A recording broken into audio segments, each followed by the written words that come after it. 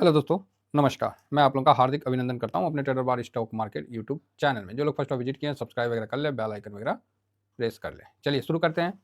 जैसे कि अभी सुबह-सुबह जो है कुछ न्यूज़ आया तो देखते हैं। ऑटो में टाइम मिलेगा तो बना देंगे। कुछ लोग बोले थे कि सीपीएसई में बना दीजिएगा, तो देख लेते हैं। तो ये टेलीग्राम है साहब, इसको ज्वाइन कर लीजिए। जैसा होता है न्यूज़ थोड़ा बहुत अपडेट कर देते हैं जो काम का है। टाटा मोटर्स एम&एम के शेयर में आएगा उछाल।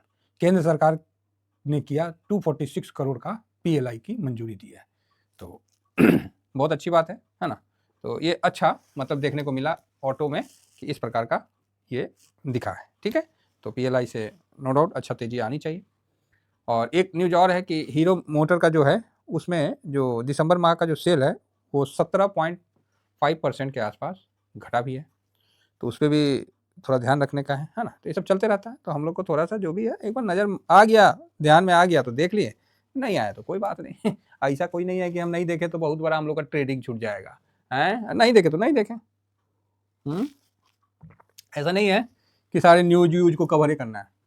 दिख गया तो दिख गया, नहीं दिखा तो नहीं दिखा, पोजीशन बना हुआ है। ऐसा तो नहीं है कि हम लोग को हड़बड़ाना है, एकदम शांति से। तो आज क्या होने वाला है, चलिए इस पर थोड़ा सा डिस्कशन करें। इसको मंथन करने से पहले कल डाउ जोन खुला था, तो उस पर भी एक बार नज़र मार लिया जाए। बड़ा बढ़िया तेजी था, लेकिन बाद में लीड कर दिया, तो करना जरूरी भी है। ऑलरेडी ये चढ़े हुए हैं, ये तो इतना चढ़े हुए हैं भाई साहब। आप देखिए एक महीना में इतना इतना रिटर्न दे रहे हैं। आप नीचे से देखिए 18,000 से 18,000 का लेवल से कहाँ चढ़ गए हैं, तो फिर बहुत चढ़े हुए हैं। S&P 500 तो ठीक है, रसल 2000 चलो ठीक है, थोड़ा सा नीचे आया तो हाँ, ये इसका मेन कारण था कि टेस्ला का बिक्री का आया तो उसमें भी कम आया, तो जिस कारण टेस्ला का शेयर जो है 6% के आसपास धड़ाम से टूटा है। तो ठीक है, कोई फर्क नहीं पड़ रहा। अपना क्या है, अपना तो कोई पोजीशन ही नहीं। आज देखते हैं, थोड़ा नीचे मिला तो हल्का सा एक पोजीशन बना लेना, नहीं तो शांति से बैठे रहना है। यहाँ पर ही साहब ब्रेंट यहाँ पर ही 76 आया है, बहुत बढ़िया है। इसको सब भूल गए थे, तो ये बोला भाई हम भी फीचर में हैं, भूलो मत। पिछले कितने महीनों से इसको आप भूल गए हैं, एकदम शांत है। तो ये भी बढ़ना चाहिए, है ना, तभी ठीक है, तभी तो पता चलेगा कि ये भी जिंदा है। और ठीक है, और यहाँ पर यूएस का जो बॉन्ड यील्ड है 4.5 था, अभी एक बार रिफ्रेश करके देख लेते हैं, तो 4.56 है, वही है। चलो जी, बढ़िया बात है, वही है तो। और जो अपना कॉपर है वो 0.5% का तेजी में है, तो ठीक है। यहाँ पर ही इन्फोसिस पे बड़ा अच्छा तेजी दिखा, 3.19% का तेजी, ज़बरदस्त तेजी है इन्फोसिस पे। तो बढ़िया। HDFC बैंक भी ठीक है, डॉक्टर रेड्डी हल्का मुरझाया है, और मोटा मोटे रिलायंस भी ठीक है 1%। तो रिलायंस मजबूत है तो करेगा कुछ, निफ्टी को खींचने का पूरा कोशिश करेगा, है ना। तो HDFC मजबूत होता है तो एक सेक्टर को और मतलब गिरने नहीं देता, लेकिन रिलायंस का मजबूती और HDFC दोनों का मजबूती हो जाए ना, फिर तो निफ्टी को ऊपर चढ़ा देगा। चढ़ा देगा क्या मतलब, मेन वेटेज है ना उसमें, इसीलिए इसमें चढ़ाने वाली कोई बात नहीं है। अब आइए आगे बढ़ते हैं, तो थोड़ा सा निकई को देख लें। खुल, अरे निकई आज भी बंद है, वो 4-5 दिन बोलेगा हम होलिये डे मनाएंगे। अब बताइए, खुल क्या करिएगा, जवानी कम है वहाँ, बुढ़ापा ज़्यादा हो गया है, तो बस और हटाओ छोड़ो, थोड़ा सा ऐश मौज करो, आराम से रेस्ट करो। तो हैंगसेंग ठीक ठाक चल रहा है, और CGI इंडेक्स भी ऐसी है, तो चलो छोड़ो, इनसे भी कुछ बड़ा कुछ नहीं मिल रहा है। डाउ जोन अच्छा 56 पॉइंट प्लस में है, और नेस्डैक 56 पॉइंट प्लस में है, और डाउ जोन भी 42 पॉइंट प्लस में है। चलो जी, बढ़िया है। और यहाँ पर US डॉलर जो है ये भी 109। ओ भाई रुक जाओ एक मिनट, कुछ गड़बड़ तो नहीं दिख रहा है भाई साहब, 109 हो गया है। ये तो काफ़ी ताज्जुब वाली बात है, 108 से सीधा 109। चलो, अचानक से दिखा ना, इसीलिए थोड़ा सा सरप्राइज हो गए। ठीक है, तो इसका इतना ऊपर जाना गोल्ड के लिए अच्छी बात नहीं है। मजबूती के साथ ओपन हुआ होगा गोल्ड, चाहे अभी चल रहा है, लेकिन इसके लिए मतलब नहीं है ना। दोनों एक साथ नहीं चलेगा, देर सवेर गोल्ड को नीचे आना ही पड़ेगा।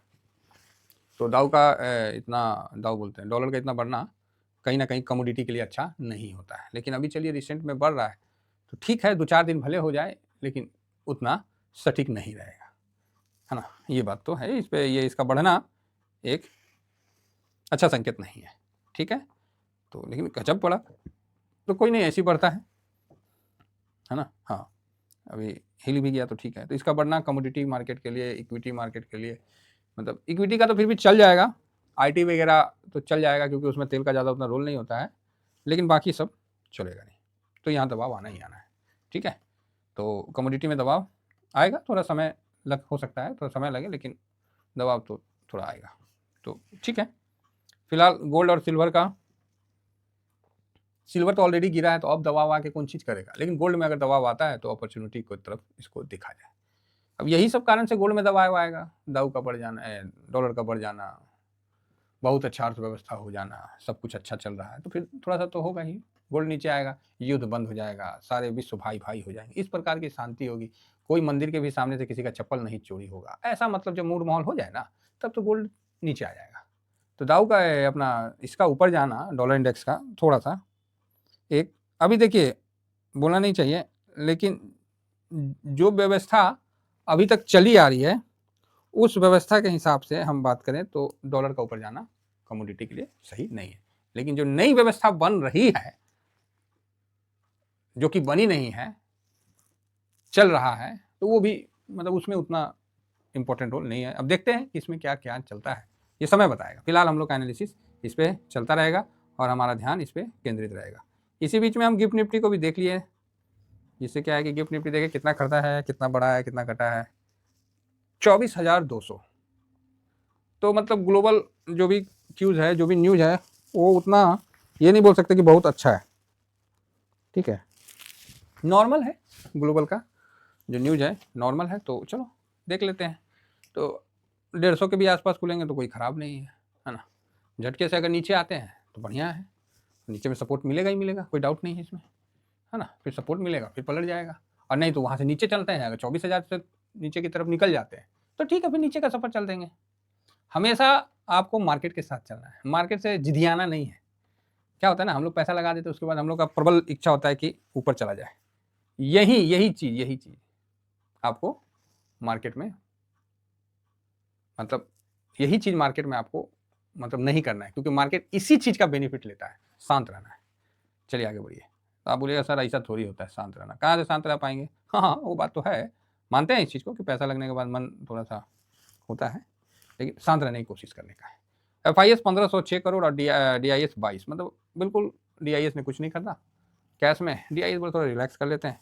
FIS ने अच्छी खरीदारी की, इससे भी अच्छी खरीदारी स्टॉक फ्यूचर में की, और उससे भी मतलब पहले तो इंडेक्स फ्यूचर में किया, और उससे भी ज़्यादा स्टॉक फ्यूचर में किया।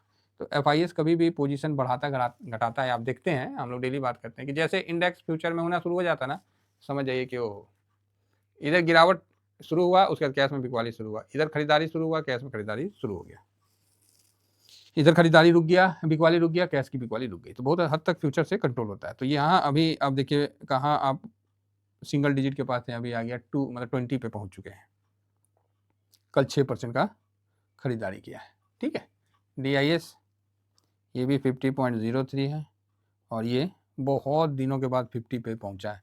DIS का लेवल निकालेंगे तो ये तो नीचे का लेवल निकलेगा, एक बार निकालना पड़ेगा। इस फ्राइडे को देखता हूँ, नहीं होगा तो निकालूंगा। 43.14, तो ये प्रो ने कुछ नहीं किया है, बल्कि हल्का सा खरीदारी किया है, ठीक है। प्रो ने विशेष कुछ नहीं किया है, हल्का सा खरीदारी किया है। और पब्लिक जो है इसने भी 66.77 का, तो हल्का सा इसमें दिख रहा है, क्लाइंट का डाटा होता है, मैं पब्लिक लिखता हूँ, क्लाइंट का है, तो इसमें पब्लिक नहीं बेचा है, इसमें इसी का मिली भगत है, ठीक है। तो ये डाटा सामने निकल के आया है, जो कि आप लोगों के सामने मैंने रखा है। ये डाटा कैसा है, अच्छा डाटा में इसकी गिनती होती है। कैसे डाटा में ये गिनती होती है, अच्छा डाटा में। तो यहाँ अगर प्रो प्रॉफिट बुक करे तो कोई गलत भी नहीं है, और दिखेगा भी आज के लिए। तो यहाँ PCR, Nifty 50, Nifty bank, Nifty finance, और जा वो निकाले ही नहीं, तो ज़रूरत ही नहीं था आज PCR का, छोड़िए, वो न्यूट्रल है PCR ना। और PE जो है वो लिखना भूल गए ना।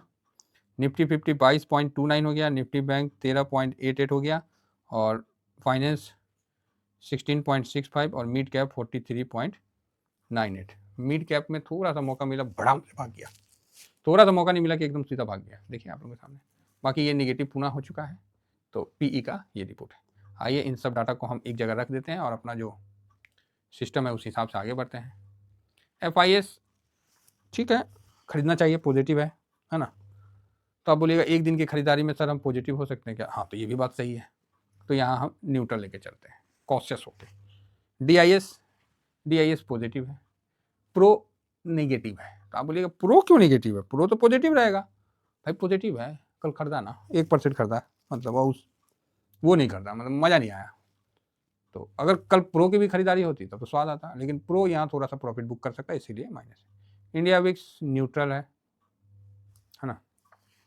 और यहाँ पर गोल्ड को आदमी क्या रखेगा? गोल्ड एक्चुअली क्या है, डॉलर इंडेक्स बढ़ गया है तो गोल्ड में एक गिरावट आनी चाहिए। अब वो गिरावट कब आएगा नहीं आएगा वो तो समय ही बताएगा, है ना।